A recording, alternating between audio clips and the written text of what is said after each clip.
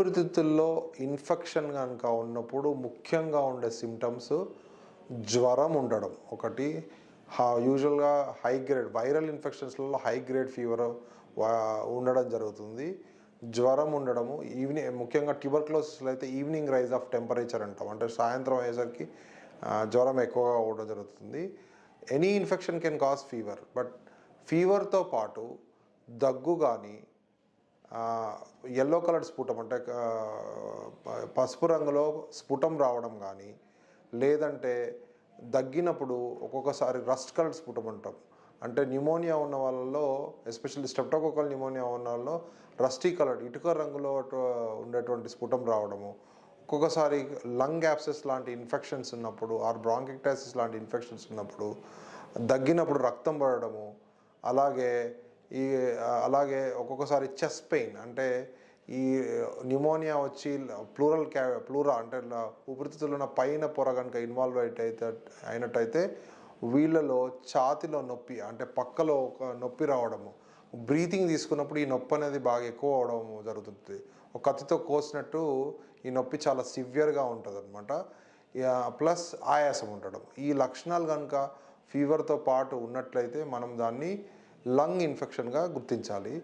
And సమీపంలో ఉన్న pulmonologist కానీ ఫిజిషియన్ కానీ సంప్రదిస్తే వాళ్ళు చెస్ట్ ఎక్స్రే తీయడం ద్వారా న్యూమోనియా లాంటి కండిషన్స్ ఉన్నాయో లేదో తెలుసుకోవడం జరుగుతుంది. ఒకవేళ న్యూమోనియా ఉన్నట్టయితే వైరల్ న్యూమోనియాకి అయితే యాంటీవైరల్ మందులు, అండ్ బ్యాక్టీరియల్ న్యూమోనియాకి అయితే sputum test, Gram stain and culture sensitivity. అట్లయితే టీబీ సస్పెక్ట్ ఉన్న వాళ్ళలో మనకు స్పూటంలో AFB stain and gene expert లాంటి టెస్టులు చేయడం ద్వారా డయాగ్నోస్ చేయడం జరుగుతుంది. అండ్ వైరల్ న్యూమోనియాకి ఎస్పెషల్లీ ఇన్ఫ్లుయెన్జా ఇన్ఫెక్షన్ ఉన్నట్టయితే యాంటీవైరల్ ప్లస్ సిమ్టమాటిక్ ట్రీట్మెంట్ ఇవ్వడం జరుగుతుంది. ఇక బ్యాక్టీరియల్ ఇన్ఫెక్షన్స్లో antibiotic for about 7 to 10 days ఇవ్వడం జరుగుతుంది, యూజువల్గా లోయర్ రెస్పిరేటరీ ట్రాక్ట్ ఇన్ఫెక్షన్ ఉన్నట్టయితే.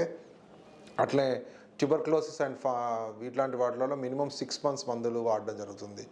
కొన్ని స్పెషల్ పీపుల్లో, అంటే immunocompromise people like HIV or post transplant పేషెంట్స్లలో ఆర్ ఇతర డయాబెటీస్ ఉన్న పేషెంట్స్లలో, సివియర్ డయాబెటీస్, అన్కంట్రోల్ డయాబెటీస్ ఉన్న పేషెంట్స్లో ఒక్కొక్కసారి సిమ్టమ్స్ అనేవి సబ్టిల్గా ఉండడం జరుగుతుంది. ఎస్పెషల్లీ మిలియరీ ట్యూబర్క్లోసిస్ అనే ఒక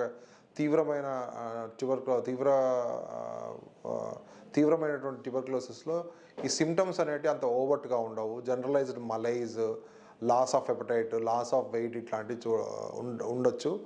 వీళ్ళలో టెస్టులు చేయడం ద్వారా, సిటీ స్కాన్ లాంటి టెస్టులు చేయడం ద్వారా కూడా మనము గుర్తించడం జరుగుతుంది. వీళ్ళలో మిలియరీ ట్యూబర్క్లోసిస్ ఉన్న వాళ్ళు 1 సంవత్సరం పాటు మందులు ఇవ్వాల్సి ఉంటుంది, టీబీ మందులు. అలాగే ఇంతకుముందు చెప్పిన కొంతమందిలో ఫంగల్ ఇన్ఫెక్షన్స్ కూడా ఉండే అవకాశం ఉంటుంది. వీళ్ళలో దాదాపు 6 months పాటు యాంటీ ఫంగల్ ఇవ్వడం జరుగుతుంది. సో నేను పైన చెప్పిన లక్షణాలు ఉన్నట్టయితే మీ సమీపంలో ఉన్న పల్మనాలజిస్ట్ సంప్రదించి ప్రాపర్ ఇవాల్యుయేషన్ తర్వాత యాంటీబయాటిక్ వాడడం మంచిది. ఒక్కొక్కసారి కొంతమంది వాళ్ళ సెల్ఫ్ యాంటీబయాటిక్స్, కొంచెం ఫీవర్ కాఫ్ కనబడడంగానే సెల్ఫ్ యాంటీబయాటిక్స్ తీసుకోవడం జరుగుతుంది. దీనివల్ల డ్రగ్ రెసిస్టెన్స్ వచ్చే అవకాశం ఉంది.